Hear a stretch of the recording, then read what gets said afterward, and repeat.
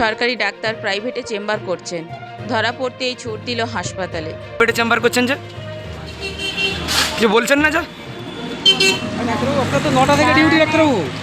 আরে পালিয়ে যাচ্ছেন কেন? আপনার তো 9টা থেকে ডিউটি সরকারি হাসপাতালে।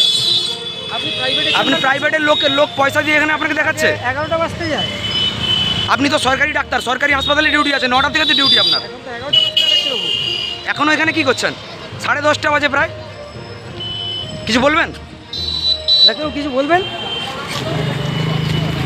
আপনি কোন প্রাইভেট চেম্বার করছিলেন? কোথায় করছিলেন?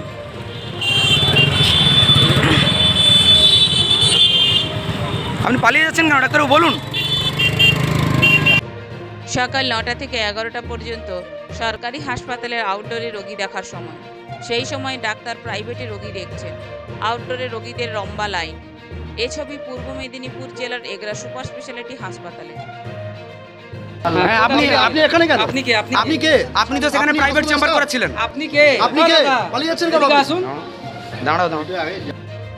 সরকারি ডাক্তার চর্মরোগ বিশেষজ্ঞ এমপি আহমেদ, তিনি এগরা সুপার স্পেশালিটি হাসপাতালের ডাক্তার।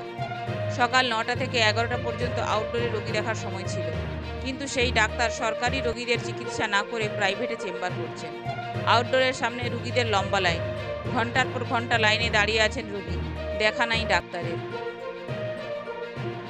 এসে দাঁড়িয়েছেন 2 ঘন্টা। আউটডোর তো 9টা থেকে খুলে যায়। ডাক্তারবাবু আসেননি, এইমাত্র এলেন। এখন কটা বাজে? 11টা বাজে।